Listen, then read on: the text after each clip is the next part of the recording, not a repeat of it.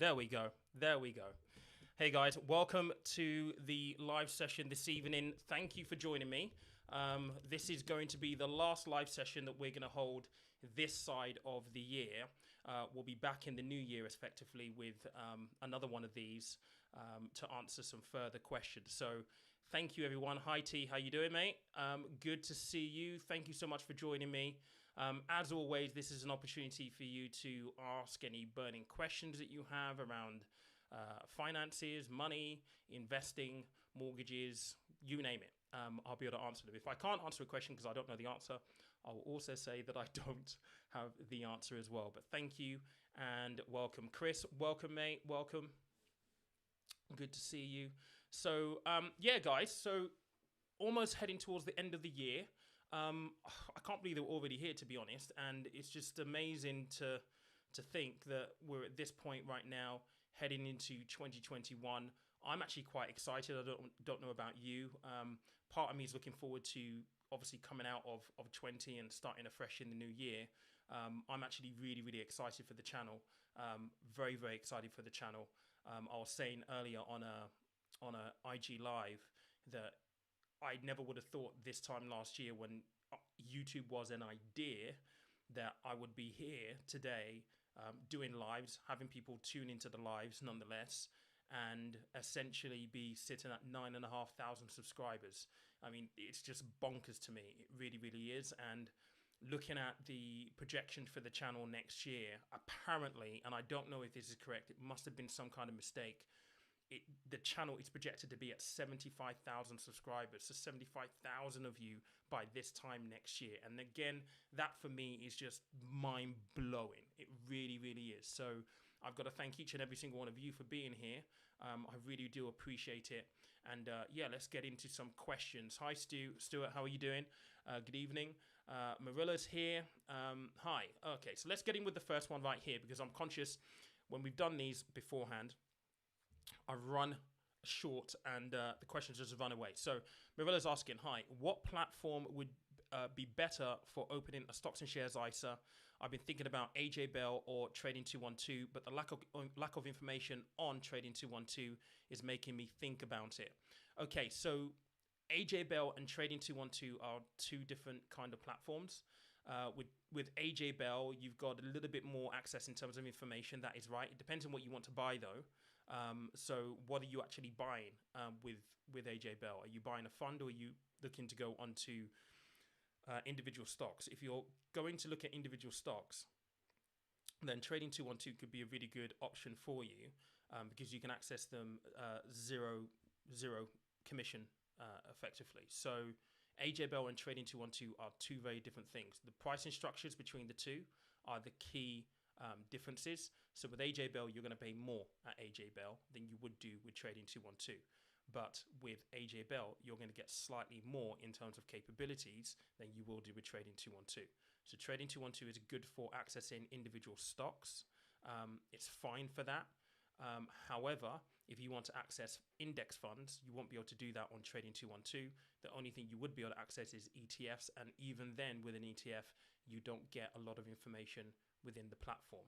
So it really depends on what you're looking to buy, what you're looking to invest in, first and foremost. And once you know what that is, then you can decide whether you're going to go with AJ or Trading 212. I hope that answers the question, Marilla. If it doesn't, let me know. But hopefully that gives you some kind of some kind of guidance in terms of what to do next. Right, okay, so we've got a question here from Chris. Love the channel. Food you from video on the money box. Oh, great, mate. Listen, the money box video has been really successful. It's been a great source of subscribers for me, alongside the Trading 212 one as well. So I'm appreciative. Thank you, mate, and thanks for being here and tuning in on a Sunday evening at 9:30. RDW, hey Pete, hope you're doing well. I have an ISA with NatWest in a fund and can't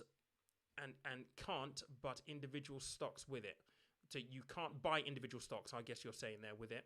I'm switching to Trading 212 in April. Is it worth opening an invest account now or wait until April 20? All right, okay. So Yes, if you've got a fund with NatWest, you're not going to be able to buy individual shares. They won't let you. It will already be curated to hold back or hold the funds that they've selected, essentially. So you've got a couple of choices. So if you're going to transfer to Trading 212, the first question will be, how much have you paid into the ISA in this tax year? I mean, you're gonna have to be careful anyway.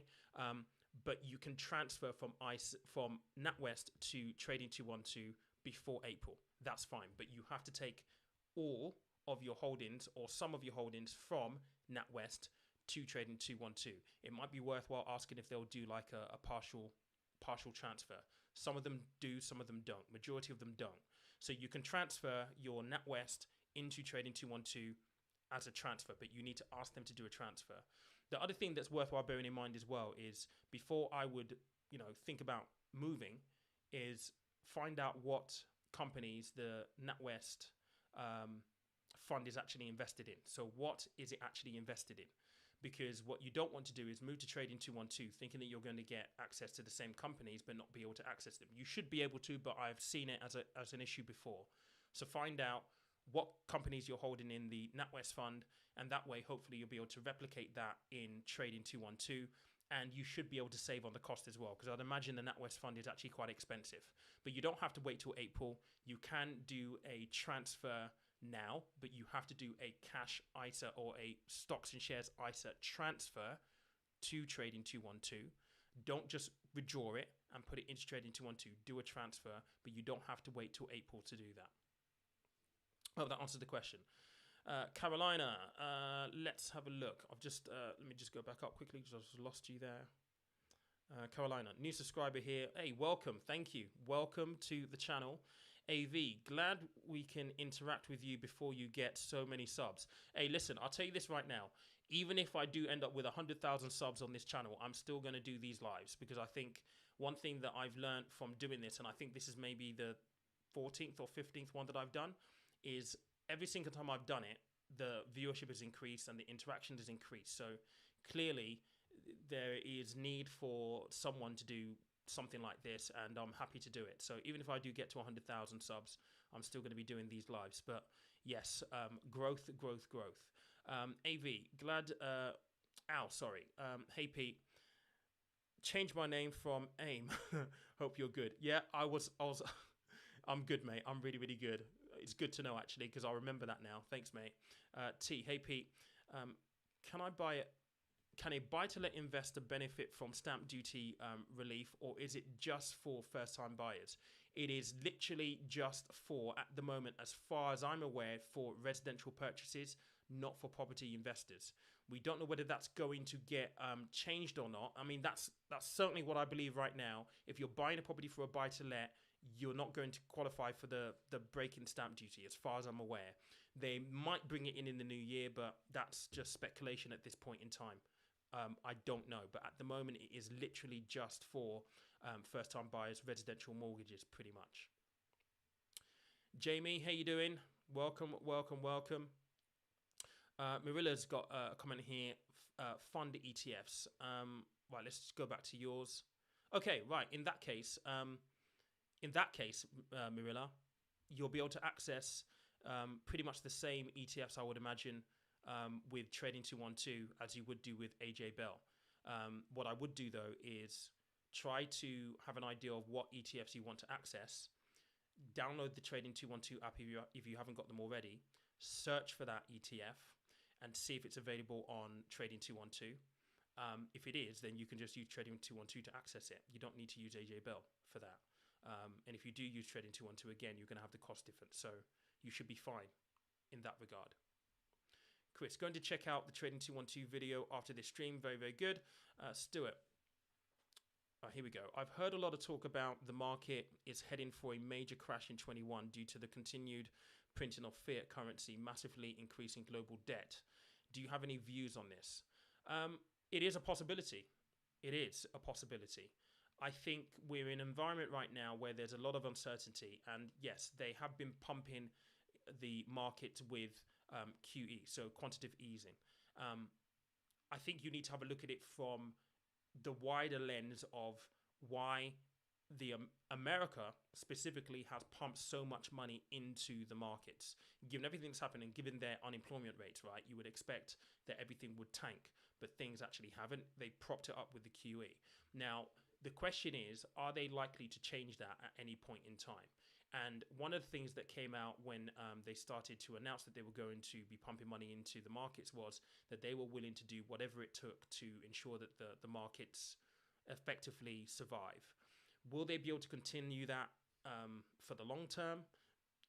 It's anybody's guess. We don't know. And this is the trouble when you look at investing or look at the investing world as a whole. We don't know what's around the corner. It's kind of like a we wish crystal ball type moment, right? If we knew what was going to happen, then we will be able to prepare for it adequately. If you're looking to invest in the market in 2021, and one of your biggest concerns is, well, what's going to happen? Is the market going to crash in 21? Then I think, you've got a couple of options. If you wait as an option, you could by all means do that. But the trouble that you have there then is that if the markets don't crash and the markets rally, you're going to miss out on growth. So the other thing that you could do is invest anyway, because there is a saying, there's no time like the present to invest, but invest with the knowledge that there may be a crash in the future. And therefore, you start looking at low risk investments if you're of the persuasion that you might struggle to cope with the markets going up and down on a regular basis. But unfortunately, the markets are always going to go up and down. I mean, what you're trying to do when you're investing is you're trying to get into the market with a long-term view that the markets are going to be higher than where they are when you originally invested into the market. So Stuart, I'll be asking you, are you a short-term investor? Are you a long-term investor? If you're a long-term investor, then what happens in January, for a very, very big period is kind of irrelevant. It doesn't really matter, because if you're investing for 10, 15 years, it's only going to be a small blip. The goal for you would be, and the question will be, if you invest now, will the markets be higher in 15 years? If you believe that is to be the case, then, you should probably be investing right now. But again, make sure that you are taking the right risk approach to it, i.e. just don't go and invest all into high risk stocks or high risk funds. If you know you're going to be nervous, try and pick something a little bit more cautious so that you start to build confidence from there, and you can see how you get on, and as your confidence builds, as the markets kind of do what they do, you may decide to then move your risk appetite up the road. But it's very, very hard to say what's going to happen in 21. We just don't know. Al, where are we going with Tesla next week then? Fancy a little prediction. You know what? It will be interesting to see what happens next week. I don't actually know. I mean, the natural reaction and my natural inclination is that we'll see that the stock price will go up. But Tesla is going to be included into the S&P in two stages, effectively. So it's not all going to be available in one go. But regardless of that, I think because the S&P is a really big market, so anyone who buys the S&P will be buying Tesla. I think we'll see that the share price increases for a period of time. But then again, we just don't know. The markets act irrationally sometimes. It might go down. Who knows? We don't know. But I think the initial reaction of the inclusion into the S&P will see that the stock price will go up sharply or for a period of time in the next couple of weeks. I think then after that it will tail off a little bit and probably just trade sideways and level. It might even decrease in value and share price. But I think the initial excitement will see the share price jump next week. Martin, what do you hold the most of personally? Unit trust, investment trust, ETFs. What is the maximum amount per fund you do put into it before you think that's enough? Okay, so personally, I've got most of my money inside funds. Majority of my money is in funds. So I'll probably say about 95% of my money is in a fund. And I have an LNG Future Worlds fund right now, where I've got a lot of money into. Then I've got some individual stocks, but most of the time they are actually in funds. With the LNG fund, it's mainly some of my pension funds actually in there. It's actually scattered over a few places, but I use funds because I just believe that from an investing point of view, long term, a fund is going to give me the ability to diversify, and it's going to give me access to more companies than if I were to go and try and pick, a handful on trading 212 or speculative myself. And I do hold Tesla and stuff, but I've got most of my money in funds. For me, I don't really look at it in terms of proportions, in terms of I'd rather have this much in individual stocks or this much in funds. I'm a long-term investor. I don't need the money for 25 years. So my goal is to invest adventurously, but to get maximum saturation within the market. So holdings in as many companies as possible. And I'm happy to do that via funds, essentially. RDW, do you think the current projection of no deal situation Brexit will have a large impact on the stock markets? Or are they already prepared for that possibility? Thanks for answering my last questions. Interesting. I think to a certain extent, some of it will be priced in, unless there's something. I mean, look, there's already rumblings that there is going to be no deal, and I think Boris has been very very smart about trying to prepare people for that with just a few things that have happened over the last few months, right? There's always been this notion that we're going to come out with a no deal, and he's prepared people to say if no deal is better than a bad deal. So I think from a market point of view, some of it will be priced in. It depends what happens and how severe things are. If things get really, really severe, then yeah, you might see the markets actually trail off quite a bit. But I think when we get to the new year, and if it is a no deal, I think a lot of it will be priced in. But going forward, who knows? Who knows what is going to happen? I mean, I'm supposed to be doing a trip into Stelvio. God knows what's going to happen with the visa stuff. But I mean, look, it's a who knows? I really, really don't know. But I think the markets will price a lot of this in because the news is already circulating. Harry, love the channel. I'm 21 with 14,000 in student debt, no overdrafts or other debt. Should I focus on paying off all student debt or maybe start saving for a mortgage? Okay, good question, Harry. It really depends on your preference, but I mean, look, this is my view on student debt. I mean, student debt is a burden, no doubt. It absolutely is, and it's something that does hang over people when you come out of uni, and it's always there in the background, right? And it's horrible to be able to get those kind of statements. No, you've got to pay that kind of money back. But with that being said, I think it's really, really important that if you want to buy a house, you prioritize that first, because regardless of how much you have in student debt, it isn't going to affect your ability to go and get a mortgage. So it doesn't get factored into your affordability when you apply for a mortgage, and they definitely don't take it into account when you apply for mortgages. I mean, I'm a qualified financial advisor and mortgage advisor, and I've never had mortgage debt being accounted for as part of the affordability exercise that you would go for. So, also with student debt, you haven't got to pay it back until you're earning a certain amount anyway. So I would say focus on saving your deposit for, a mortgage, try and get on the poverty ladder and deal with your student debt a bit later on when you get to the point where you have to start paying it off. Mar16, hello, just to clarify, can I contribute 20k into one ISA every single tax year? Yes, you can. That's relatively simple. The only thing you can't do is you can't contribute more than £20,000 in any one tax year. The tax year runs between April the 6th and April the 5th each year. Right, let's have a look at this. Chris, after a bit of advice, I have a poor credit rating and I'm trying to rebuild ASAP, but I have one default on my report from 2017. Would you advise paying this off ASAP or sticking to my repayment advice? Chris, if you've got the ability to pay off all in one go. Because the sooner you're able to get it off your record, the quicker and sooner your credit report is likely to increase. Now, it does depend on what kind of debt it is. If it is kind of like a CCJ or something like that, then you may need to get like a court release or something like that. They give you like a certificate to say it's all paid off. So you're going to need that. Those take slightly longer to come off your credit report though. So it really depends on what you've actually got, what mark you've got on your credit report. But I would say if you've got the ability to pay off all in one go, pay off all in one go, and then get to work on, making sure that first and foremost, you've got things like you're on the electoral roll, all of your records are correct with all of the reference agencies. So there are 3, there's Equifax, there's Experian, and there's TransUnion. Now, with credit files, each of those credit companies may hold a different version of information about you.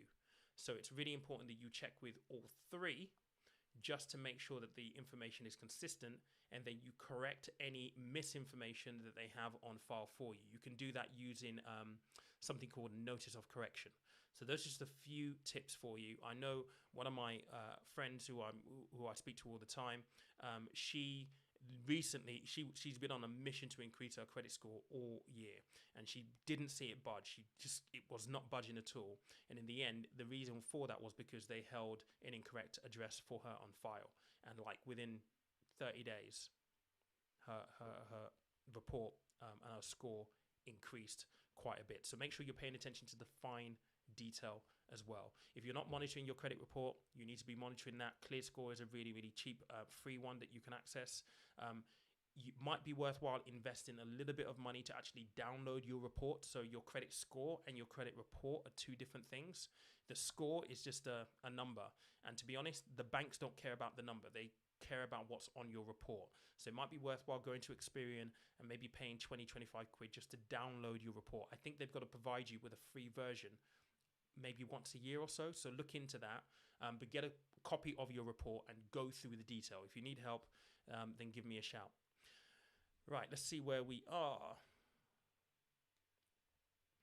Bear me 1 second, guys. It's just jumped quickly because there's quite a few questions in here. So let me just find my bearings again. Okay, so Marky44, daft question, but how easy or difficult is it to compare stocks and shares, ISAs between different providers such as Vanguard, Nutmeg, 212, etc., etc.? Also, once I've used my ISA, what next? Okay, let's answer the last one first, Marky. Once you've used your ISA allowance in this tax year, you've got to wait until the following tax year for you to be able to access or use your ISA allowance again. So it refreshes on the 6th of April every year. So it runs 6th of April to 5th of April. So beginning the 6th of April 21, you'll be able to pay another £20,000 into your ISAs. In terms of comparing stocks and shares ISAs between the providers, I think the main thing you need to do is download a load of paperwork. So for example, if you're looking at the Nutmeg stocks and shares ISA, you want to go and pay attention to things like their either their key fact sheets or their key investors information document, the KID. So you want to get that paperwork for all of them, and then you just want to have a look at, you know, what the fund or the option is designed to do, what holdings they have, where it's invested, whether they tell you if it's an adventurous or a cautious type of option fund. You need to have a look at all of that data, essentially. So you need to download the key facts documents, the key fact documents, or the key investors information document, so you can do a fair comparison. And that will outline all of the fees and stuff like that as well. But if you are using Vanguard, Vanguard is cheaper than Nutmeg, definitely. And Trading 212, if you use the invest option, you could probably get an ETF in there, but with Trading 212, just bear in mind that you're going to be buying individual companies yourself, so you've got to select it. Whereas with Vanguard, if you go into one of the Vanguard funds, you would have had it all curated for you automatically. So it means less work for you. So it's really about what level of involvement you want to have in the entire process. But Vanguard is definitely cheaper than Nutmeg, and 212 is cheaper than Vanguard. So if cost is an issue, that gives you the answer right there. The other Ken, do you think inflation is going to rise drastically? Possibly, depending on what happens with Brexit. But having said that, though, the embassy are, you know, the Monetary Policy Committee at the Bank of England. They're working really, really hard at making sure that they can try and keep inflation under control.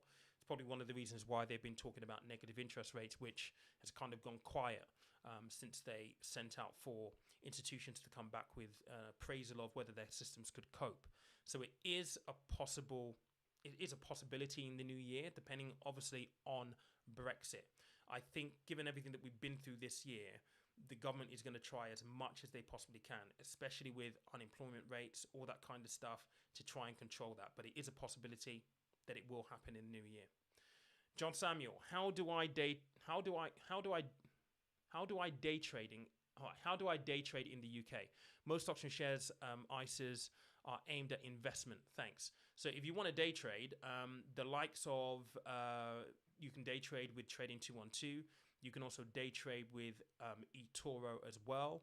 eToro have got I think they've got a bit of an offer on at the moment. So if you message me on IG, I can actually send you some details on that. But yeah, eToro, you can day trade with them. You can day trade with the likes of IG. You can day trade with Trading 212.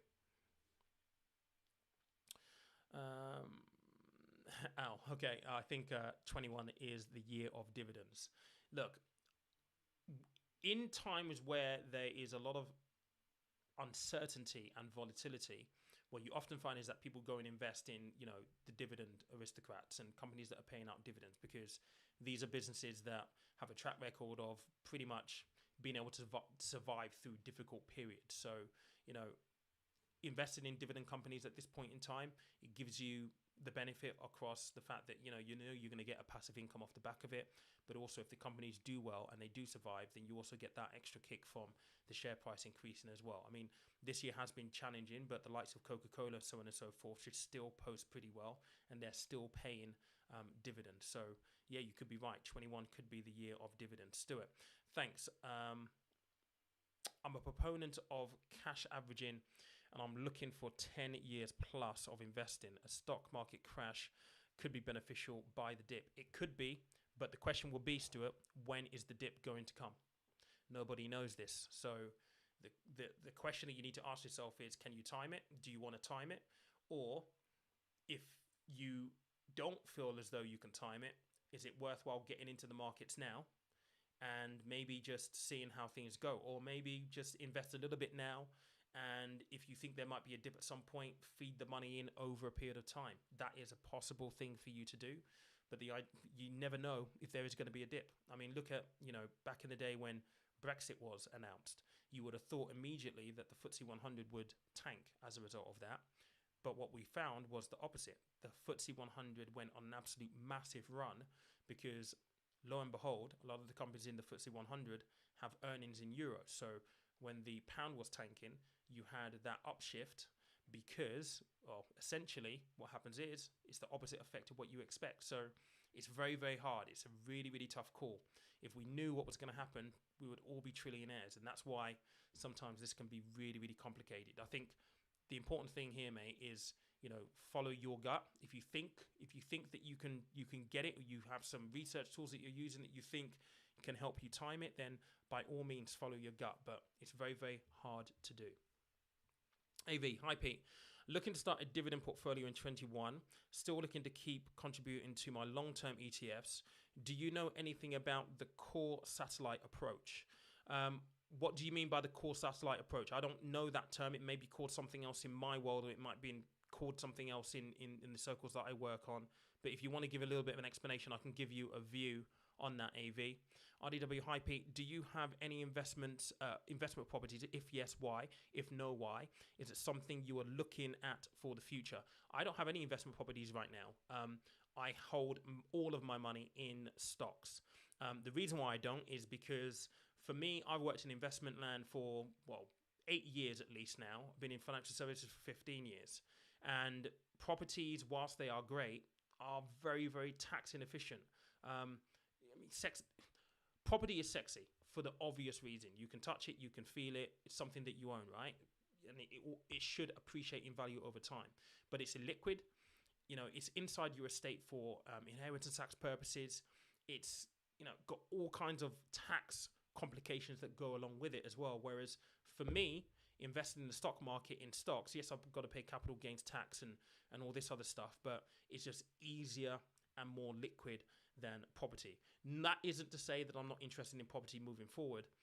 I am, but for me, stocks is pretty much where it's at. But you could say that I'm not well diversified in terms of my investments in that regard, because I don't hold any property. I don't hold a property portfolio beyond, obviously, the property portions of my investment portfolio. But I don't hold any property, don't invest in property at this point in time. And that's purely for me because it's illiquid and you've got the tax complications as well. I think, stocks are just a little bit more nimble and liquid to deal with. But that's just my personal view. Eric, how are you, man? Love the channel. Thank you. I'm sure you heard the question before. What do you think of the Planet 13 as an MG stock hold for the long term? I've not followed Planet 13, mate. So I can have a look into it, but I've not followed Planet 13. People ask me a load of stocks, and thank you, Lippy, for the super chat. Really do appreciate it. There are a lot of stocks out there, and I don't keep my ear to the floor a lot in terms of new stocks. I mean, I follow some of the big ones that you would expect, obviously, but I don't necessarily look for new incumbents or new stocks coming onto the market really that much, unless there's a lot of noise about them, and I think I'm going to have a look at it. It's not really something that I pay a lot of attention to. I've got my core individual holdings. I might add to them, but it's really just about really some sound companies more than anything else, and opposed to new incumbents into the market. I think sometimes we get too excited about new companies. I mean, what was one that I got messaged about the other day? Fisker. They're bringing out a new EV.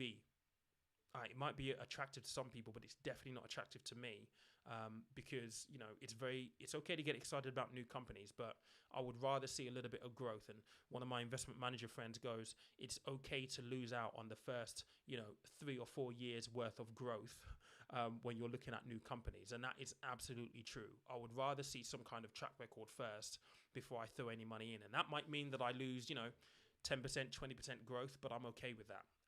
So I don't necessarily hunt for new stocks all of the time, and Planet 13 isn't one that I've heard of. Marilla, being in the opposite direction of you long term, I'm theoretically close to retirement in 10 years. You mentioned for long-term funds. What would you suggest for the 5 to 10 year fund close to retirement? Marilla, so that's a really good question, actually. So if you are, so this is AJ Bell that you're looking at, isn't it? I'm going to give you an example with Vanguard. So Vanguard have like the life strategy funds. So with you having a 10-year time horizon, that's still a pretty good time horizon, by the way. It's not necessarily short term. It's still classed as long term. But you need the money within the next decade, effectively. So from a retirement planning point of view, and there are two different trains of thought. So this is what used to happen before pension freedoms and the rules were changed, right? So before the rules were changed, what you would essentially do is you would invest money into things like your pensions or your investments. And in a pension specifically, when you reach your retirement date, you would essentially go and buy an annuity. An annuity would take your lump sum. So let's just say you had £75,000. They would take your £75,000 and say, right, we will give you every single year for life, guaranteed, I don't know, say £8,000 per year. It was a guaranteed lump sum amount. That changed in 2014, 2015 with pension freedoms. And what it basically meant is that you no longer have to annuitize. So you can do what you please with your pension. You can take it all out, you can spend it, or you can invest it. And in the investment world, that kind of changed the way we looked at something called lifestyling.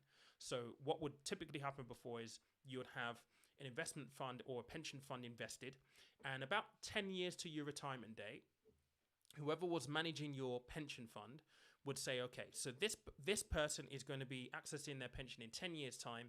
If you had an 80% equity weighting in your investment in your pension fund, what they would then do is they would taper down the equity allocation on a periodic basis until you reach your retirement date, and you would have zero. Because of pension freedoms, that has turned everything on its head, and people believe that you don't need to do that anymore. The reason why I mention that is because Vanguard have got things like the life strategy funds, and they kind of take a similar approach. So they invest it for you, and they try to taper back your risk. So as you get closer to your retirement date, you haven't got 80% in equities, which could mean that if the market crashes, you sustain a huge loss. So there are different ways that you can do it. But if you're looking at 5 to 10 years, you definitely need to consider the risk that you're taking, and you do need to have a pragmatic view. If you're doing it on your own, it can be quite challenging because the call is yours. I mean, you have to make the right call. If you were using a financial advisor, it will be their job to make sure that they do the right thing for you whilst also optimizing your returns. Now, if you use Vanguard, you've got to do it all by yourself. If you're using Trading 212, well, you've definitely got to do it all by yourself. I know that AJ Bell, I believe they have an advisory arm where you could ask for a little bit of help, where they might be to give you a consultation. So in that context, maybe that's a few things for you to think about. Right, Christy, let's have a look. Let's go back up here. I've just gone past you. Hey guys, Can you see this comment? I can see the comment, mate. Yeah, you had issues the last time, didn't you? I can see this comment. In the hopes that you can see this, what happens if Trading 212 goes bust? How do I recover the shares I bought? So under Trading 212, they are registered and authorized by the Financial Conduct Authority. So technically, if they were to go bust, you would be able to recover any investment you have up to £85,000 under the Financial Services Compensation Scheme. So you'll be protected with that bit of legislation. So I hope that answers it. Chris, thanks, man. It's not a CCJ, it's just a series of mispayments due to poor choices on my part. I've been throwing money into my LISA, but would you recommend paying off the default before using my LISA? Mate, it really depends on your priorities. If the debt is at the forefront of your mind and it kind of worries you, it kind of keeps you up at night, or it makes you feel uncomfortable, then definitely pay it off. I mean, look, I'm a big fan. That's one thing that I've had to do this year. I had to pay off about £20,000 worth of debt because I had a car that when I lost my job, I've decided, look, I'm going to pay that off so that I reduce my outgoings, because debt is essentially a drain on your outgoings, right? On your income, sorry. So for me, paying off debt has done wonders. It means that now my outgoings are so low, I just need to pretty much cover the mortgage and some other really small bits and pieces. It really does give you that sense of peace of mind, knowing you haven't got to find money for a commitment. So it depends on how you feel. For me, it was something that I thought, no, I just need the peace of mind. If it's a relatively small amount and you're happy to just chip away with it over a period of time, then you can do that. But if you can pay it off all in one go, particularly if you're trying to improve your credit score, then just, mate, get rid of it. Just allocate the cash, get rid of it. You'll feel a lot better for it as well. Yeah, so Al's just mentioned the same thing to Christy right there, £85,000. So, right, you said, but what happens after that? I just lose everything I bought. Yes, because the company goes bust, mate. So if the company's gone bust, that is holding your shares on your behalf, you can't retain the shares and still get £85,000. So the £85,000 is there to compensate you if a company were to go bust and you lose your money. So you can't have both, essentially. So yeah, if the company goes bust, you're covered up to £85,000 by the Financial Services Compensation Scheme. You're not then going to get your shares because the company's gone bust. The company's disappeared. So I hope that makes sense. Hey, what's the song in your intro? You know what? I was waiting until someone was going to ask this question. It's taken a year. I used to do music production. So that is an old music production of mine that I finally found a use for after 7-8 years, pretty much. So I was thinking about changing it in the new year, but it is very much me, so I'm going to keep it. But I appreciate that you actually noticed, because yeah, I was quite chuffed that I managed to find a use for it on YouTube, of all places. So appreciate it. Matty, right? Is there any place for a normal investment account if I want to, I think you meant to say here, want to maximize your ISA contributions with another provider? Thinking of opening a Trading 212 for the free shares and access to individual stocks. Right, let me just make sure I get this right, mate. So you've got a normal investment account, but you want to max out your ISA contributions. Is there any place for a normal investment account if I want to max out your ISA contributions with another provider? So if you've got your ISA with, say, Hargreaves Lansdown, and you've got £20,000 in there, you can open another account. Well, you can open another investment account that isn't an ISA with anybody else. So if you wanted to open an invest account with Trading 212, that's completely fine. You would have to wait into the new tax year unless you're doing a transfer to open a stocks and shares ISA with Trading 212. Please elaborate for me on that, Matty, just to make sure I really get this right. I'm not sure that I have. But, you know, if you've maxed out your ISA somewhere, you're more than okay to just open a general investment account elsewhere and then feed money from that account into another ISA when the tax year rolls back around. That's completely fine. So I hope that answers the question. I'm not sure that it does. I think I might have got the interpretation wrong. Jeffries, let's have a look at this. Hey, Pete, I just want to say a big thank you for the advice on our session Wednesday. It was very helpful for me and my wife. Look, mate, it was really, really, really nice to speak to you. And yeah, I hope that it's giving you kind of like a little bit of a nudge. And the numbers are crazy, mate. They really, really are. And I think if we get taught this stuff in school, people would have a completely different outlook to money and investing and just getting stuff done early. And you guys are in an amazing position, really. I'm like, I wish I was in your position when I was in my 20s. So, mate, it was a pleasure, and thank you. T.I., good evening. Am I better off paying off higher contributions to my pension or getting a lifetime ISA? Really good question. Okay. It really depends. So when you say higher contributions, it depends on what levels you're actually talking about. So within a lifetime ISA, you can only pay in £4,000 per year. So if you're thinking of contributing into things like, that are going to amass to over £4,000 per year, then you need to go with your ISA straight away. You do have limitations with your LISA. So, in terms of when you can access it, it's a lot earlier, I believe, with an ISA from recollection than a pension. So that is an advantage in that way. But £4,000 a year isn't a lot, really. And then the bonus from the government you don't get if you don't use it for the purpose of retiring. Now, many people think that the bonus that you get within the LISA is reason not to pay into a pension, but you've got to understand that actually you're getting the same bonus with your pension, only it's called tax relief, and you get it with every contribution that you pay in. And also, this is the big thing. If you're paying into an ISA and you're employed, working for a business, then you are almost most certainly better off paying into your workplace pension, because any extra that you pay into your pension, assuming you're in a scheme where your employer will match, if you go and pay it into a lifetime ISA, you're saying goodbye to free money. So whilst it can be quite technical and it really does depend on your personal circumstances, there's quite a lot of moving parts with this.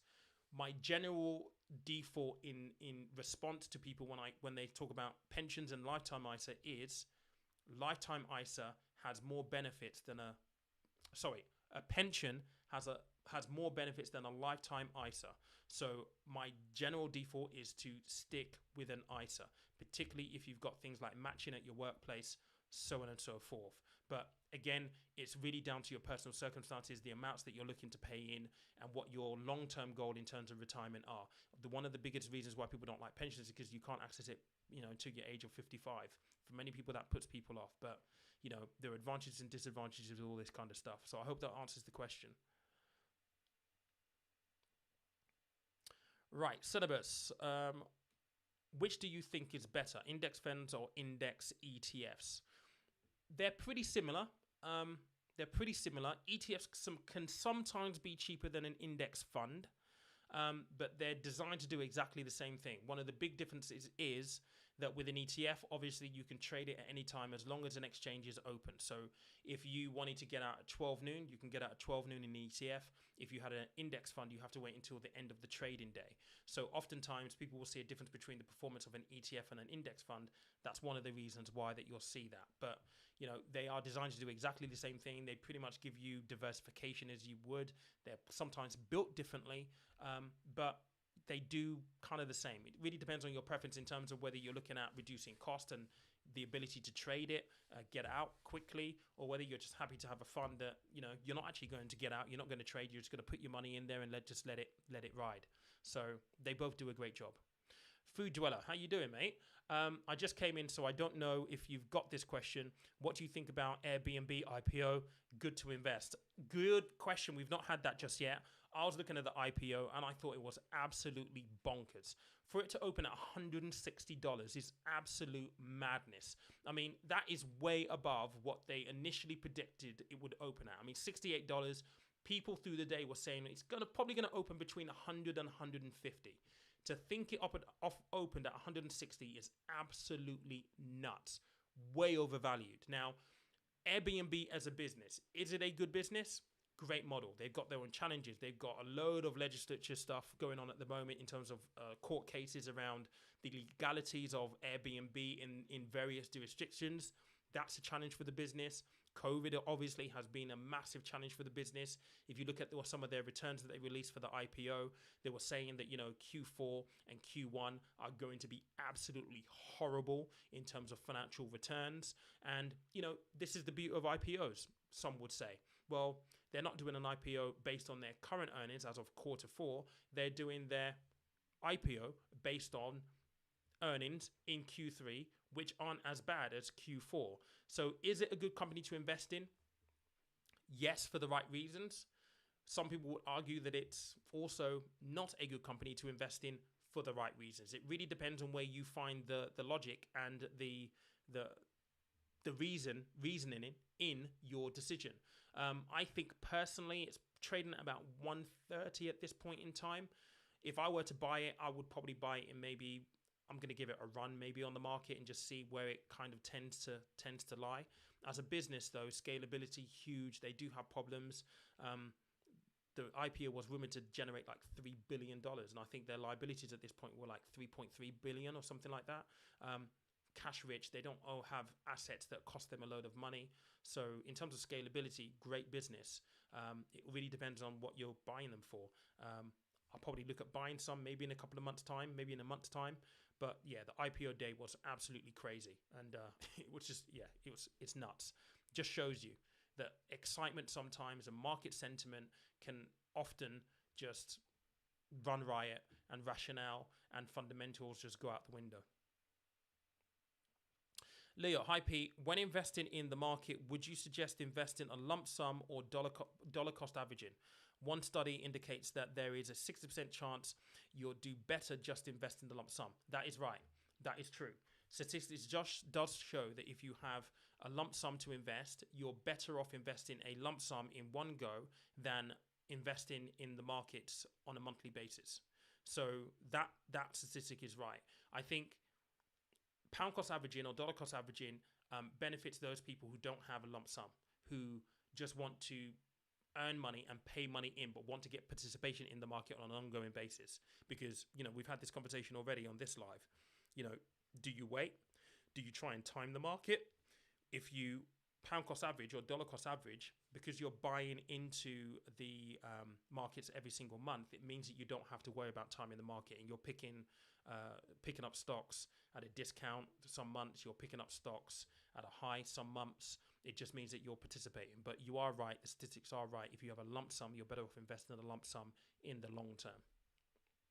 Stuart, mention the 13F reports. See what the big boys invest in. Dataramas is a good site to see some of the reports. Yep, so that's such a conversation going on there. Where are we? I've just jumped very quickly. 1 second.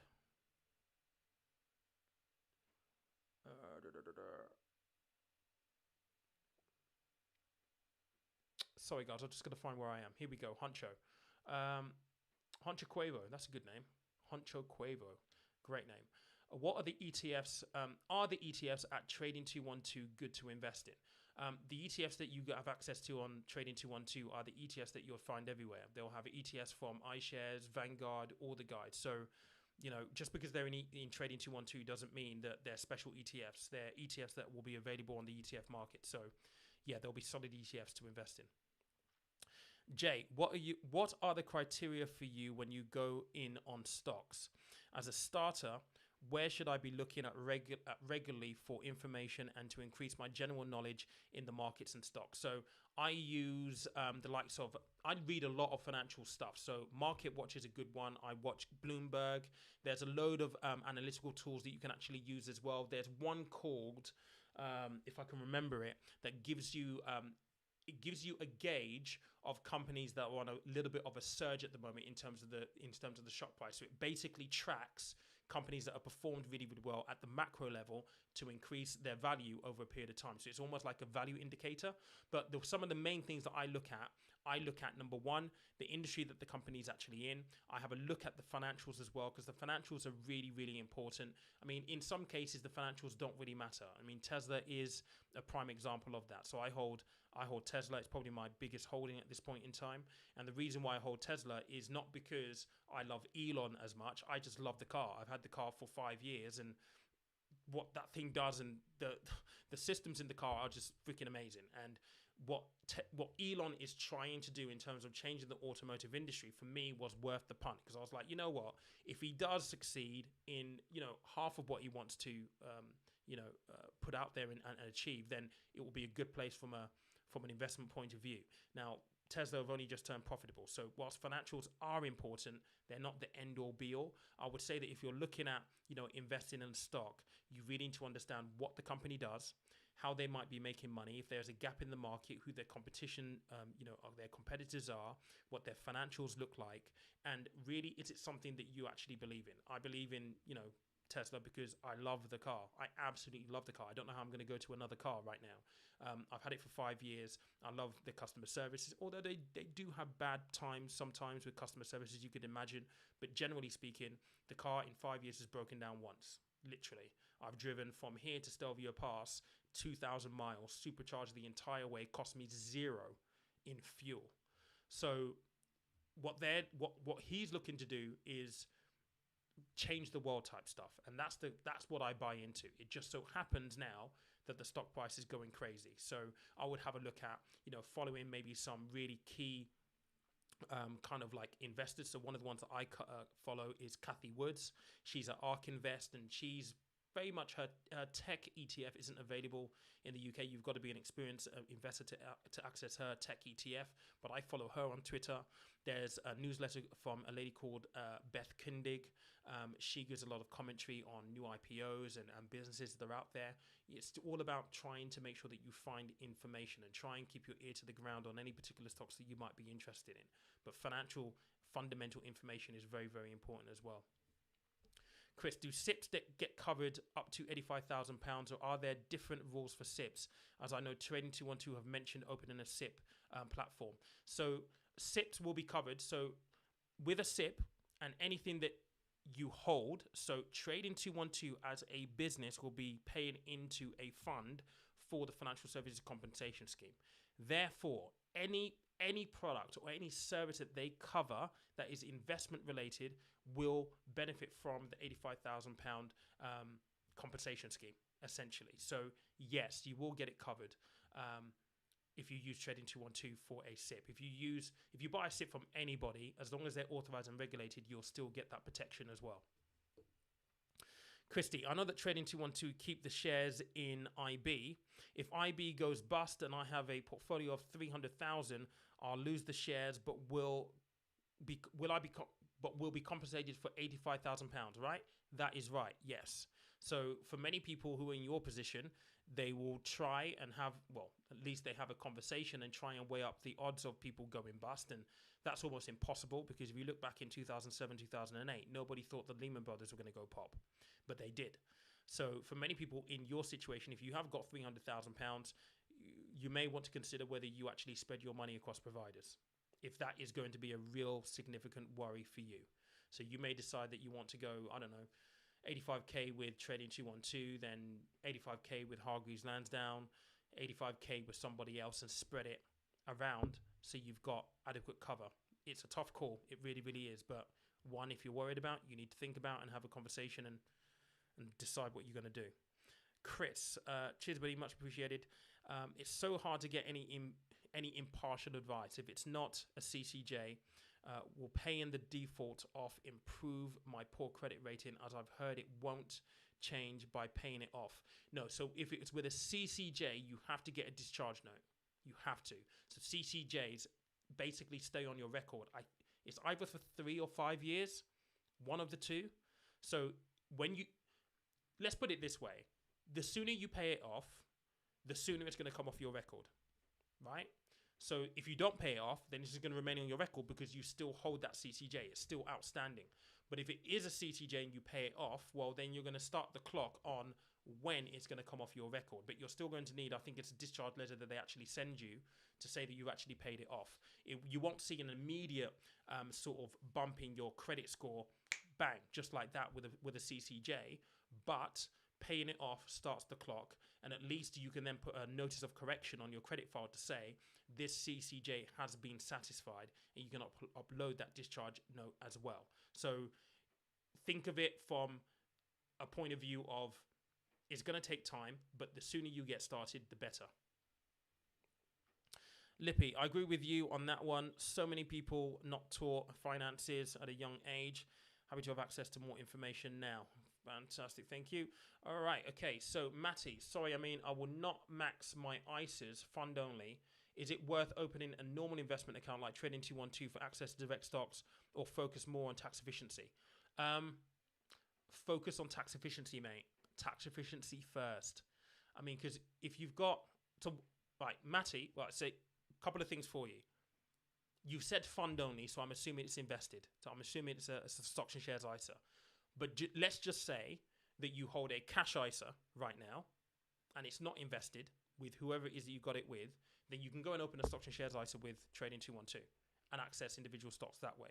You can't do that if you've already hold a stocks and shares ISA, but I thought I'd just mention that anyway.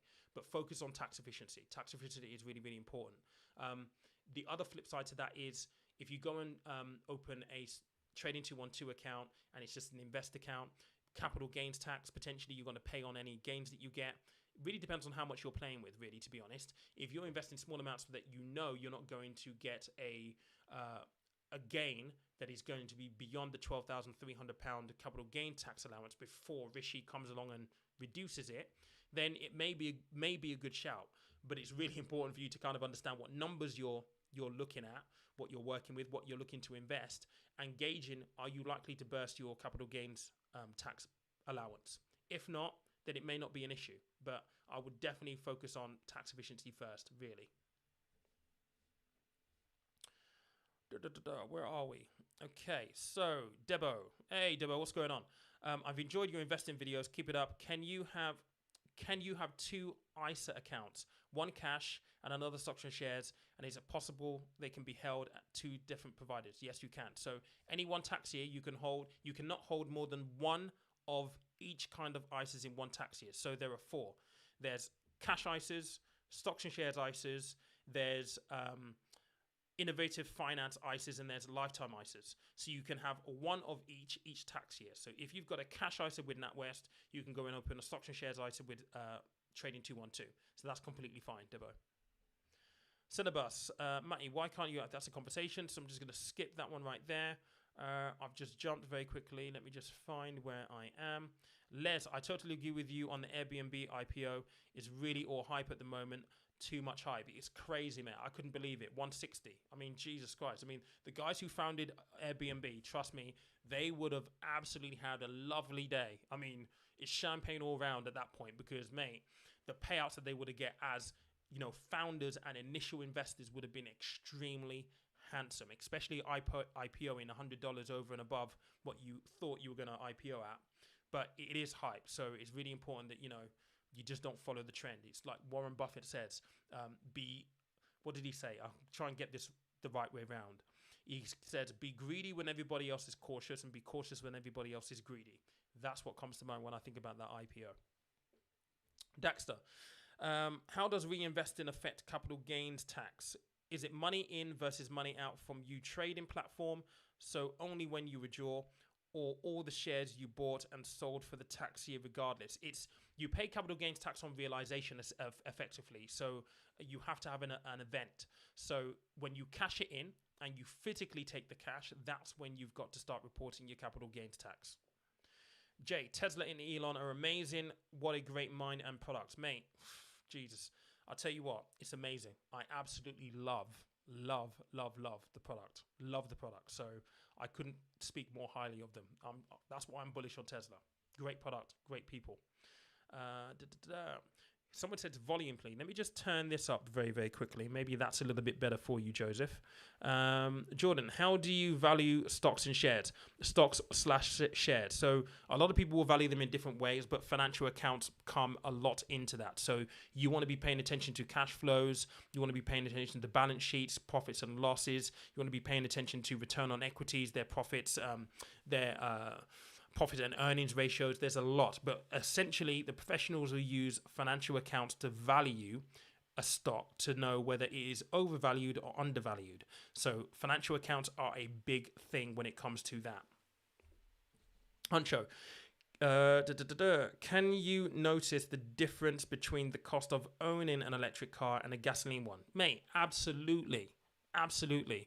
So I'm lucky that where I live, there's a supercharger 5 miles down the road from me. So I don't pay any fuel cost or any additional cost in electricity.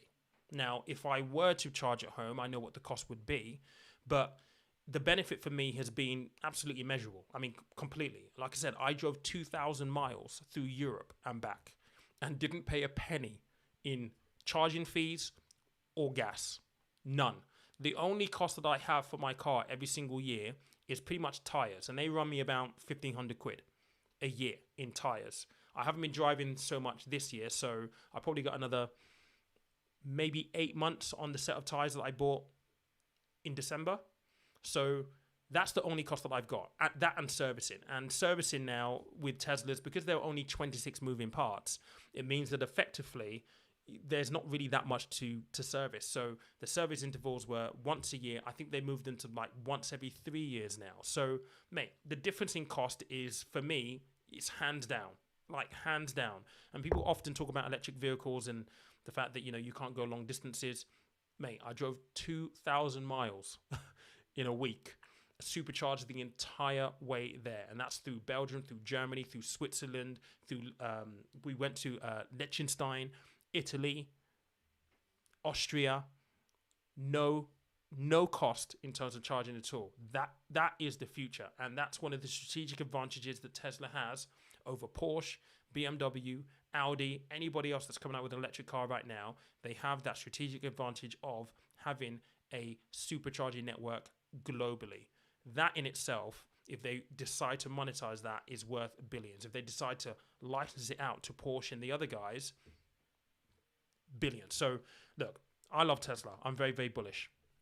Les, can I be so cheeky as to ask how many units of Tesla stock do you own, and how long you intend to hold on before selling? I hold quite a few. I hold at least a few hundred in Tesla stock. I'm going to hold them until I think that the share price is absolutely ridiculous, and then see what essentially happens. So with holding a stock for a long time, if you listen to people like Warren Buffett, they believe that, you need to essentially be mindful of when you sell. So at what point does it become a necessity that if you didn't sell, you would be absolutely stupid? I don't think I'm there just yet. I mean, the stock has been upgraded to $1,000 post split. So before the split, I think it came to like $1,200 because it split 5-1 or 4-1, and it was at $400. So I think it was 1,200, but it's been priced again to hit $1,000 post split. So if it reaches that, I might take a view then. We don't know. I don't know. It will all be about what it feels like at the time, I guess. But yeah, I mean, Tesla, I love Tesla and I love the stock. So yeah. Chris J, great, thanks, buddy. That's a bit concerning, as my SIP would be more than £85,000, and I'm sure Trading 212 would be around 30 plus years. Mate, that is the problem that you're going to have whenever you invest any money, whether it's in a SIP, in a pension, in an ISA. If you hold more than the £85,000 limit, that is the conversation and the thing that you always need to be aware of. And, there is no easy way of getting around it. There just isn't. And it's one of those things that the selection of who you use becomes even more important. This is why people talk about free, zero cost. Well, do you want to go and put it with Trading 212 when you might have, I don't know, Vanguard, for example, who have got billions and billions and billions and billions under management, huge teams, a lot of finances behind them, cash in the bank for that additional security. And, people look at companies and, their balance sheets, and we talk about balance sheets here as, being important as to why you invest. It's also very important as to why you actually use them. You want a company with cash reserves, because in times like COVID, a company with cash reserves is more likely to actually survive this kind of period than a company that doesn't have one. So, people talk about free. Oftentimes when you talk about free services, you get what you get. Whereas if you're investing at any decent level, free doesn't always cut it, and cost shouldn't be at the top of your agenda. If you're worried about the size of your pension and security, then you probably need to go for a big reputable company that has a lot of cash reserves and has been around for a while and has to go through the rigors of financial stress testing, for example. So this is really, really important. And, please bear that in mind, because you're not the only person that will be thinking like that, but you have to bear that in mind. Right, where are we? Because I've just lost myself here. Right, RDW. If I own a business that I do not wish to derive an income or dividend from, can I pay into a pension as this will also reduce the tax liability? Yes, you get to reduce your corporation tax by paying into a pension via your company because it's an allowable cost. If you don't derive an income or a dividend from it, you need to speak to an accountant. That is a question for an accountant, really, to be honest, because that's a tax issue. But you can definitely save money on corporation tax if you pay into your pension from your business. Right, so can I cover, so this is one from Lippy, can I cover SEISs and EISs? So EISs are essentially, so they're a vehicle, they are for advanced investors. So, I used to work as an advisor, and footballers, for example, will do things like EISs and VCTs. So VCTs, venture capital trust, and EISs, I can't remember the full definition for them now, but they are investment vehicles where you can invest money in and you basically get a tax break from the HMRC. So you have to hold it for a period of time. Some of them is like 3 and 5 years. I can't remember which way around it is for each of them.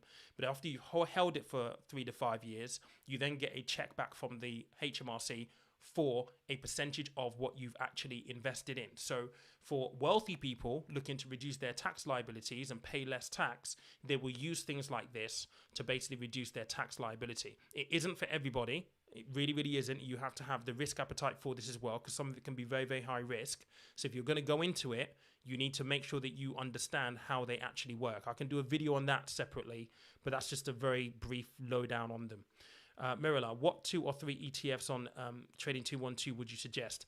I don't know, because in the ETFs, there are so many on there. I was looking earlier on the fixed income fund on the ETFs, there's 83 of them. There are a ton of them. If you're looking at ETFs, it's really important that you do research. What kind of ETF do you want? Do you want a bond ETF? Do you want a property ETF? Do you want a S&P 500 ETF? Do you want an ETF that tracks the UK stock market? You really need to know what you want. It's not about particular recommendation, because it might not meet your requirements in terms of what your goals are. So I would encourage you, have a look through Trading 212 specifically, have an idea of what kind of ETF you want, do an equity one, and then research the ones that they have available there and do comparisons across maybe 4 or 5 of them to make sure that you're comfortable with what you basically pick. Mark 16, when opening a stocks and shares item with Vanguard, can you contribute 20,000 straight away and invest into it, invest into multiple funds? Yes, you should. So if you've got £20,000, you pick like a Vanguard option, then you should just be able to either split your £20,000 across maybe 4 or 5 of their funds, or just into one. You should be able to do that, no problem. Jay, opinion on the Pfizer stock at the moment. Do you feel on the dynamics of that stock? How do you feel on the dynamics of that stock, given the price and the hype, etc., on the global vaccine? Thanks for these Q&As. They're great. Pfizer at the minute, I've not followed Pfizer. Let's have a look at what they are at the moment, because you would expect that the stock price would have moved. But then again, is it all priced in? Because by the time things hit the news, the markets have had that information beforehand. So where you think it might actually move, it might not, because they already knew that it was going to be approved by the UK government or the Canadian government, and therefore it's already been priced in. So let's just have a look and see where they are at the moment in terms of their stock price. They're at 41.39. They're up at the moment. Let's go back a few days. Actually, no, they're not. They're up from 3 months ago, but the stock has been pretty flat, to be fair. If I go back a week, a week ago on the, where is this? Let's have a look. See if I can get this pin to work.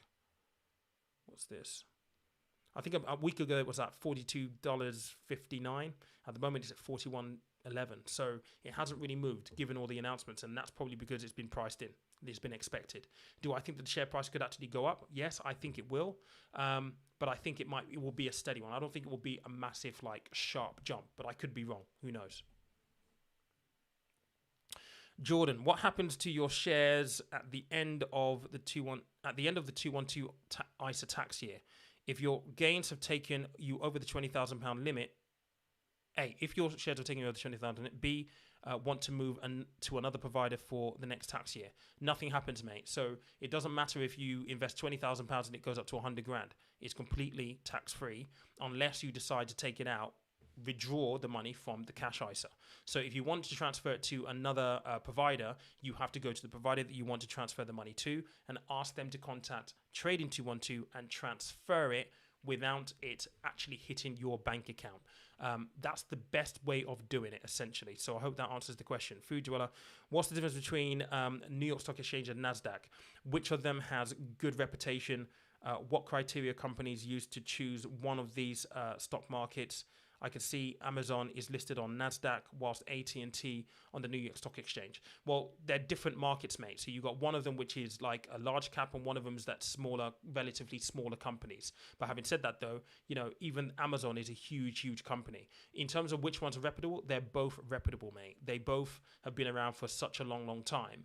But the New York Stock Exchange is the New York Stock Exchange. NASDAQ is the NASDAQ. I mean, the main markets, S&P 500 and so on and so forth, I think you're going to get them on both. So there isn't really that much. If you're looking at investing in the market, the stock exchange itself doesn't really matter that much. It's what you're buying on the stock exchange that matters. So the research shouldn't be into whether it's you should buy from the New York Stock Exchange or NASDAQ. It should be the company that you're buying. So Amazon or AT&T.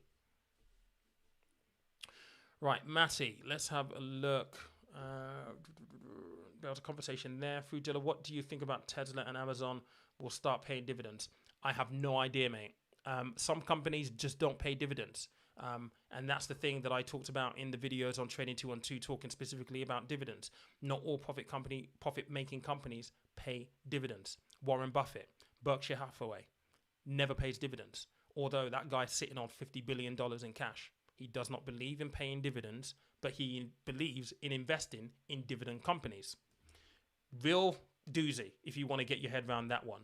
But it is what it is. So I don't know whether Tesla will start paying dividends. I don't think they will in the near term, like future. I don't think they will. They've got to reinvest so much money into the business to get to scale. I mean, the numbers, if they get to 2 million vehicles a year, which is I think 23 or 24, the numbers at that point will be absolutely insane.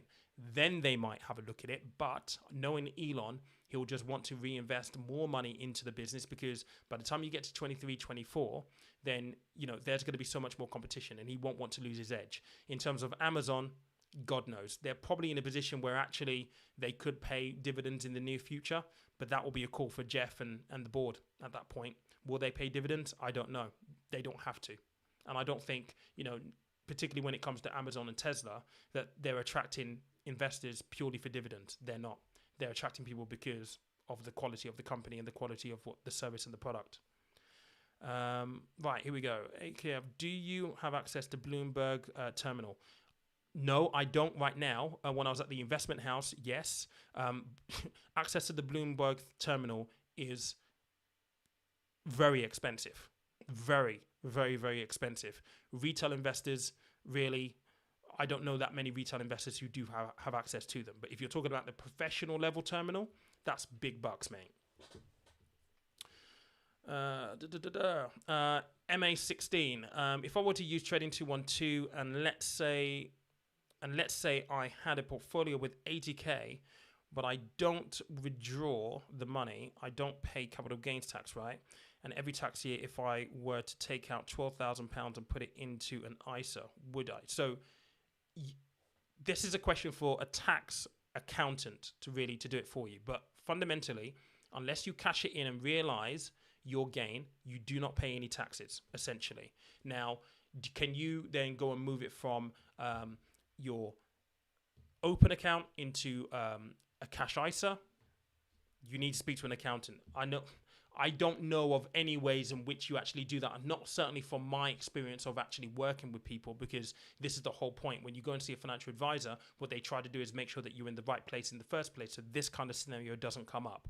So this is where if you're investing with serious amounts of money, you need an accountant, because tax is a completely different set of topic to talk about, and it's a completely different skill set as well. So for tax purposes, tax questions, you need a tax expert specifically.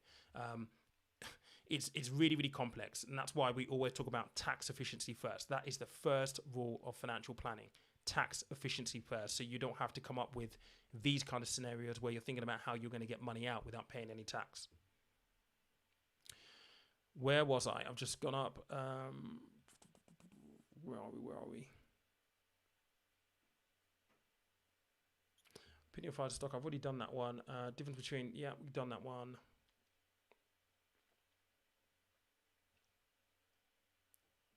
Oh, okay, here we are. Okay, I've got you. Right, let's. So there's a recommendation on an ETF here from Les, which is the IUKP GB ETF on Trading 212. Sampo, all right. Hi, Pete.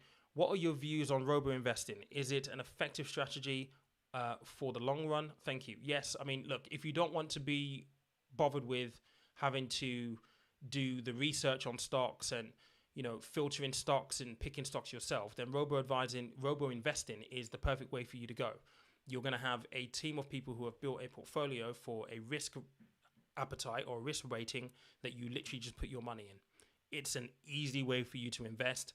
It costs you slightly more, but it's an easy way for you to invest into the markets without you having to worry about picking up new knowledge and screening stocks and doing all this research. Not everybody has the time for that. Not everybody has the acumen for that. So robo-investing is perfect for that kind of person, and there's nothing wrong with using those kind of avenues. I think what's happened today and these days is that with Trading 212 and everything being free, everybody wants to go down the free route, not really understanding that actually there is quite a bit involved in using and going down that route, whereas robo-investing is just very, very easy to access the market and someone else does it for you, takes the responsibility.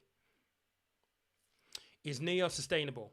Well, there are many thoughts that will tell you that no, it's not, and there are many trainer thoughts that will tell you that it is. In my opinion, I think that they have some challenges. There are some contractual issues with the Chinese government, effectively running their manufacturing facility.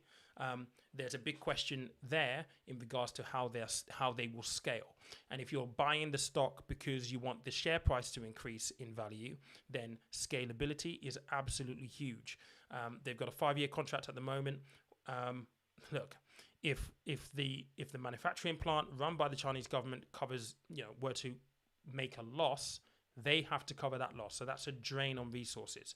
You cannot scale a business if you don't own the manufacturing facility or the manufacturing technology or techniques used to build your product. It's one of the reasons why Tesla is now profitable, because before everything was outsourced. Now, Elon has built the machines that build the car. Everything is virtually integrated. So as they start to scale now and produce more vehicles to sell, it means that they can increase their profitability in each car that they sell. That is what is going to take Tesla to the next level. With NEO, it's questionable how they're going to do that, because they need to basically be able to get to the point where they control their manufacturing line. And at the moment, they don't. So is it scalable? Is it sustainable? Who knows? It's one that we're going to have to see. And if you do hold it in an appropriate amount in your portfolio. Don't go and put a ton of money and just have all of your money in that. You need to make sure that you're managing your risk accordingly. Right, there's quite a few here, so let's see if I can get through as many of these as possible, guys. I'm mindful we've been in here for an hour and 19 minutes right now, so let's just find where I was and see if I can actually whiz through a number of these questions. Where were we? Right, so we've gone through that. Okay, Walid, do you invest in any small cap stocks, and which ones do you like the look of for potential high growth? I haven't got any small cap stock at all. None. Lewis Atkinson, new to investing, trading 212, and I'm wondering, should you immediately reinvest your positive returns even if you're investing small amounts, i.e. 1,000 to 1,500 shares? Yes, if you can. If you're getting a dividend payment, reinvest it. It's going to help you with compound interest. Yeah. So if you're reinvesting what you gain, what your dividends that is coming back out, just reinvest it. It's going to help you with the snowballing effect with your investments. So definitely do that. Mohammed Ismail, where are you? Should I use more than one platform such as Trading 212 and Plus 500, or is it best to focus on one platform? Mate, it's completely down to personal preference. There are issues with, how much you invest in. Again, we've spoken about this here. If you've got 300,000, you may want to go and use more than one platform. If you only invest in small amounts of money, then you may not want to. It's really down to personal preference. And I think with all platforms that you're using, it's all about your how you feel about usability and the service that they're actually providing you. If you're getting on with Plus 500 more than you're getting on with Trading 212, then you may find Trading 212 an annoyance in the end, and you just prefer to go with Plus 500. So it is really about your personal preference on that one, mate. AFK1 was asking about Bloomberg Terminal, as I wanted to create a bond overview watch list on TradingView. And wanted to know what the bond overview screen contains on a Bloomberg terminal. Mate, I don't know anyone who's got access to a Bloomberg terminal who's a retail investor. I know some people at an investment house who have got them, but that's not something that they would do for me as a favor. Tony, hey Pete, sorry if you've already covered this. What investment platform would you recommend for first-time investors? Thanks a lot. Love the channel. Right. So the ones that I talk about a lot on my channel are Trading 212. I think that's great if you want to get access to ETFs really, really cheap, and you do want to get into the game of actually, picking stocks yourself. If you're not in that game, though, then the best way for you to go if you're trying to access funds, and that's how you want to invest on the cheap, people like Vanguard, that's really, really cheap. If you're looking for a robo-investing solution, then people like Wealthify, Moneybox, Nutmeg, they're really, really good as well. But if you're looking to use Trading 212, mate, the reason why I talk about them a lot is because so many people are using them now, and actually they give you a free share to get you started. So if you want to use a free share on any of my videos, there will be a link for you to use to access that, Tony. Saskia, how do you prioritize your savings in your early 20s? Property, student loan, work pensions? Love the channel. This is a really, really good question. So if you're in your early 20s, it really depends on what your priorities are. For most people, they want to get on the property ladder. So I would bring that forward to the first priority if that is important to you. After that, I would then say, you need to start paying attention to your work pension. The sooner you get started with that thing, the earlier it is, the better it's going to be for you. It really, really, really, really is. Your student loan can wait, because ultimately you haven't got to pay for your student loan until you're earning a certain amount, and it doesn't actually affect you when it comes to buying a house or anything like that. So property first, if that is your priority, closely followed by work pension. You have to pay into your pension early. Do not lose years. Like, literally, time is your friend if you're in your early 20s. If you pay little money into your pension, your workplace pension, and your employer pays into it for you, in 40 years, depending on how the market performs, you have the biggest chance of becoming a pension millionaire that you could ever believe. But you have to get started early. So definitely pay attention to your pensions. That's one thing that I wish that I knew when I was in my 20s. Huxley, hi Pete. Sorry if you've fully covered that one. Let me just have a look. Here we are. Came across your channel a few weeks ago and wanted to say thank you for the excellent content. Really thankful for your advice. It's given me the confidence to start investing at 22. Mate, that is music to my ears. I was wondering what you thought about Airbnb as a stock. Apologies if this has already been asked. Just join the stream now. Mate, Airbnb as a stock, the IPO day was absolutely nuts. I think it is a great company. They've got huge scalability potential, but there are issues with, legal matters in certain jurisdictions and stuff like that. I think for me, I would not buy it until I see what's going to happen with the stock maybe in the next month or two or so. But as a company, it's a really, really, really strong company. Hit by COVID. Will they recover off the back of COVID? I think they will, depending on how quickly things actually get to normal. But as a company, I think it's a good company. So those are my thoughts on there. Carly, how would you invest £1,000? Right, listen, I've actually got a video coming for that on Friday, Carly. So stay tuned. I'm going to suggest 4 ways that you can invest. So stay tuned to that video on Friday. But just as a little bit of a teaser, if you're looking to invest in the market specifically, it depends on what you want to do, really. Again, I believe that if you're a first-time investor, then really investing in an index fund or an ETF is really going to be the best way. You're going to get market saturation. You're going to get diversification. It's a little less risky for first-time buyers, particularly not having to pick stocks and have to worry about, oh my God, the stock's down and you've lost money. It's just an easy way to ease yourself into the market. So index funds, ETFs, you can look at the S&P 500, for example. That's a really, really good one that you can go into that was always performed really, really well. But I've got a video on that on Friday coming along, so check that out. But that's just a little bit of a flavor. Cassandra, I recently had a credit card issue and did not want payment and did not make payments, but I paid it all off, paid off all the debt. Shall I close the card or continue to use it? I don't particularly need the credit card, just fix credit score. Okay, so in that instance, Cassandra, one of the things, right, this is the best thing for you to do if you're looking to improve your credit score. Use a little bit of money on that card. So I don't know, spend 40 quid or 50 quid, whatever that is, on the card every single month, then pay the full balance off. Do that for maybe like 6 months or so. That should counteract the fact that you didn't make a payment and at least start to build some positive credit for you over the course of time. If you go and get rid of the card now, you're not really going to be doing anything proactively to improve your credit score. So use the card, pay off the balance every single month, and just keep doing that and get into the habit of it. And you'll soon find that it will counteract the negative effect of not making a payment. Carly, snap the card and leave the balance as a zero. No, I would say use it. You can snap the card, leave the balance as a zero. But remember, with credit cards and credit utilization altogether, zero credit utilization does benefit you in some instances. But at the same time, because you've missed payments, you want to have some activity going on to prove that actually, you know what, that was a one-off, that was a mistake, and I'm trying to build credit. So as they see that you're using it and paying it off, it's going to help you in the opposite way to build credit. Right, there was a conversation going on there. Mark 16, if you think, right, I think if you could close a credit card, that affects your credit score in a bad way. It doesn't really. It just means that you don't have a credit facility available. And, well, to some extent it can, because your credit rating is basically based on your ability to pay back credit. So the fact that you have credit facilities open means, well, people are willing to lend you money. But what you also need with that is the payment, the repayment record. You need that as well. So it can be quite complex, but do what I suggested there and just give it a go for 6 months and just monitor your credit score over a 6-month period and see what happens with it. Right, I think I've caught up with all of these questions here.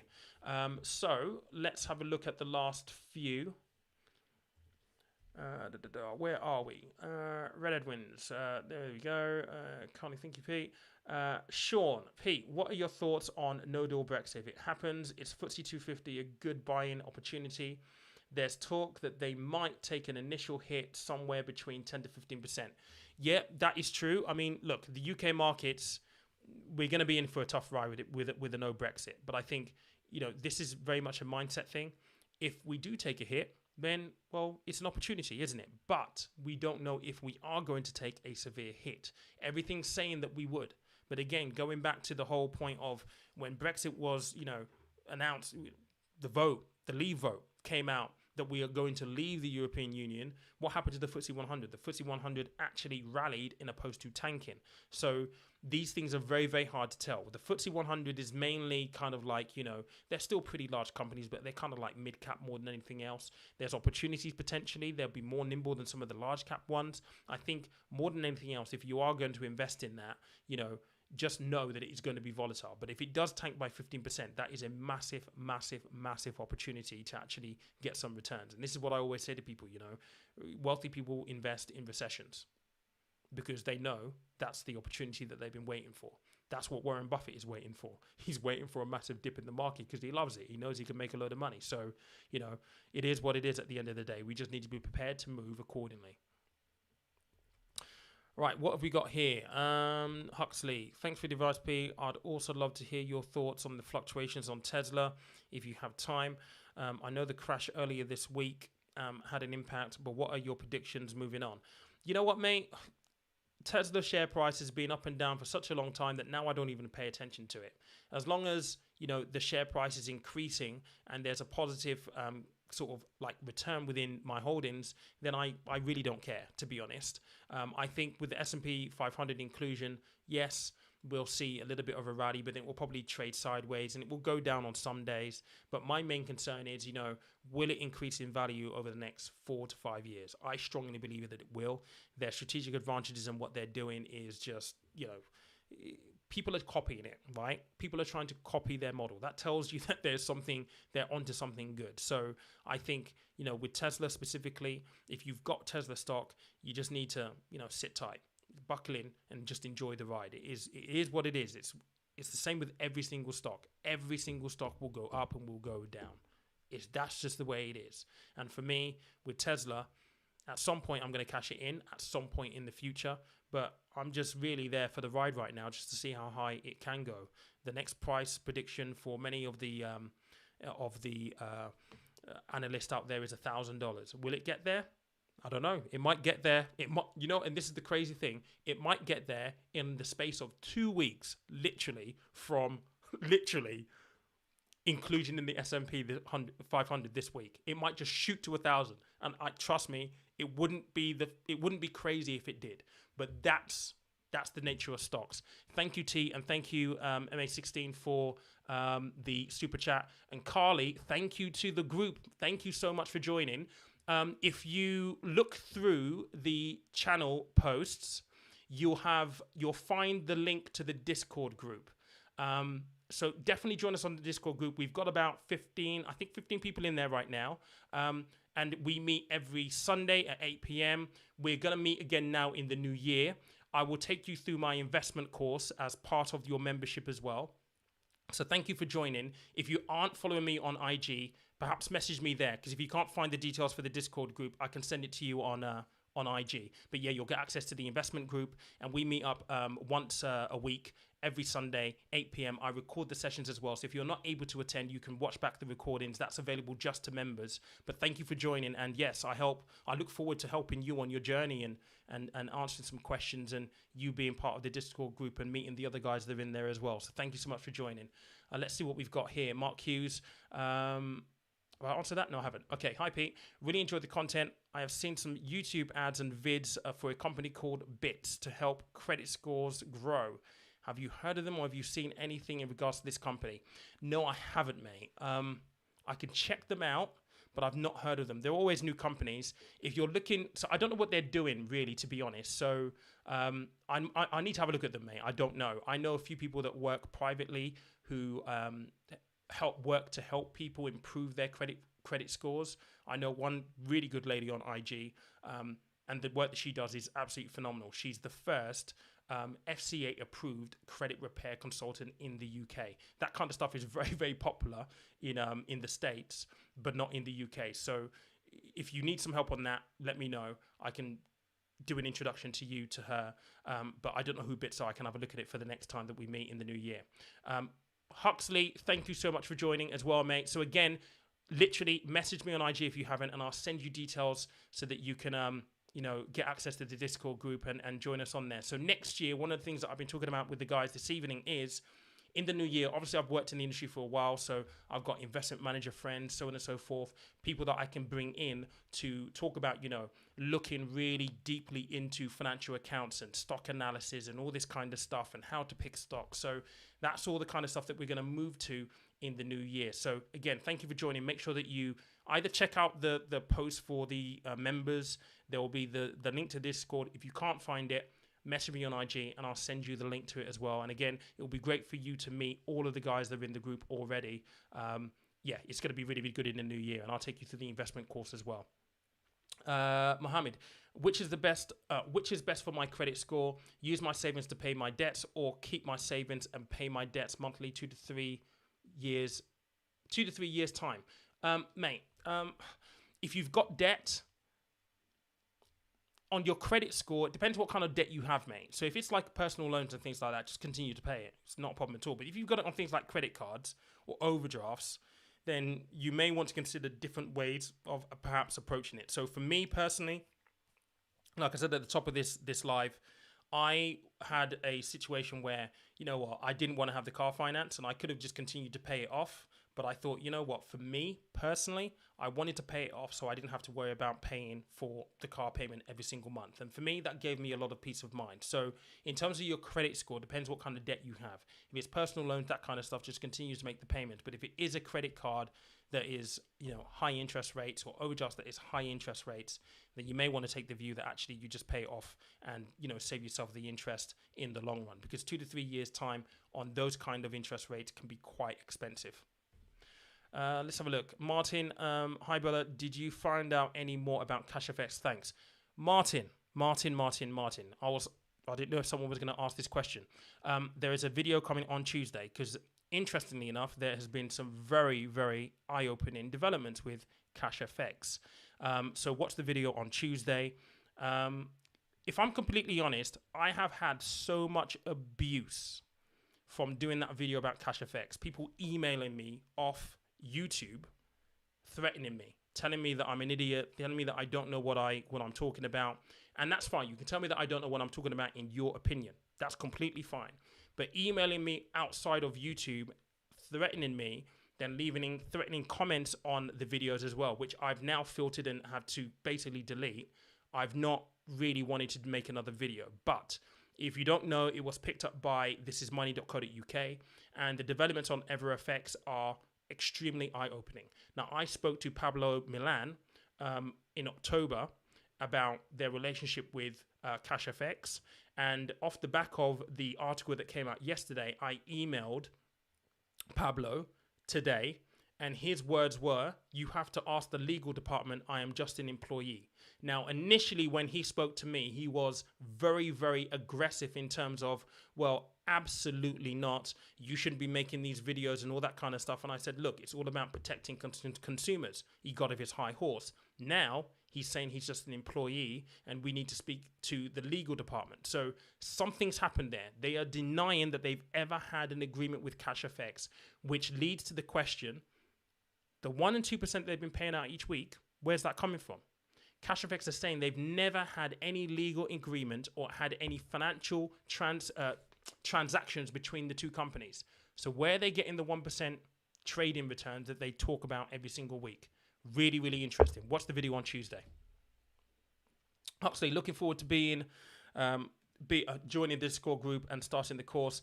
Thank you for having me. Another question I had was if you had come across Connex solutions. Yeah, I haven't come across them, mate, but I can have a look at them. You post that into the Discord group. We can have a look at it as a group as well. Juggernaut Gaiman, what are your thoughts on REITs? REITs are very, very good. They have to pay out a majority of their profits because of the way they're set up to their investors. So REITs are great as part of your investment strategy. Sean, what are your thoughts on credit conditions in 21? Do you think banks will tighten their belts, or will Bank of England move to negative interest rates to encourage lending? There is a real possibility that they're going to move to negative interest rates, a real possibility. Whether they will or not is going to be depending on whether it's going to crash the bank systems, which is why they sent out the consultation in the new year. I think in terms of credit conditions in 21, especially if it is a no-deal Brexit, you can expect that the Bank of England and the government will do everything possible within their power to ensure that there isn't a huge hit on the economy. And if that means negative interest rates, we will see negative interest rates. But that is all a possibility at this point in time, maybe even a probability. Let's have a look. Thank you so much, blah, blah, blah. Cassandra, is it true that usually there is a dip in the stock market in December due to large funds realizing gains, and then the market goes back up in January? Have I seen that? Have I ever noticed that? I can't say that I've noticed that. I mean, it may be the case, but I've never really noticed it. And that's mainly because I don't particularly pay attention from my investment point of view. I don't pay attention to the markets that much because I'm investing for the long term. I'm just looking at what it does on a yearly basis. I'm not necessarily looking at dips as much. I review from maybe a June to June. And as long as the number is positive and it isn't a negative number, or for example, if it is a negative number, I understand why there's a negative number. I don't really concern myself too much with the dips, as it were. So I can't say that I've actually noticed that myself. Mo, top 10 TV. Hey, bro. How do you remove account error on Facebook ads? Mate, I have no idea because I don't work with Facebook ads. But anyway, those are all of the questions. Guys, thank you so much. At one point, there were like 100 of you on here. I appreciate you spending the time with me on a Sunday evening just like this. The next one of these lives will be on, depending on how soon we are in terms of the first Sunday in January, it might be the 3rd of January will be the next live on this channel. If it isn't, I will announce it in a video. But look, guys, we're about to enter the festive season. I appreciate you for being here. And look, listen, from the bottom of my heart, thank you to every single one of you who has followed this account. This time last year, I was thinking about YouTube. To be sat here with over 100 of you on my live, asking me questions, having an interaction, to be sitting on a channel with 9,500 subscribers in 12 months, to me is absolutely amazing. Thank you to every single one of you. Literally, the videos that I make, yes, it takes a lot of time, and it's done from experience, things that I wish that I had learned when I was in my 20s, support that I wish that I had had. I didn't know whether this was going to work or not. I really, really didn't. But to know that there's so many of you asking questions and you are here, I owe you the world. I really, really do. Thank you so much. And, you know, this journey for me has been one of a revolution this year, because ultimately I lost my job, earning 6 figures, doing really, really well, to being like, well, what am I going to do now? And really deciding to double down here on YouTube.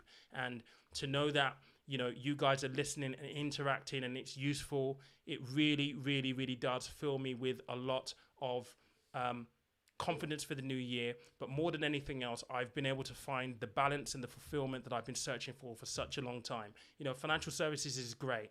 Working in Canary Wharf is great. Earning a load of money is great.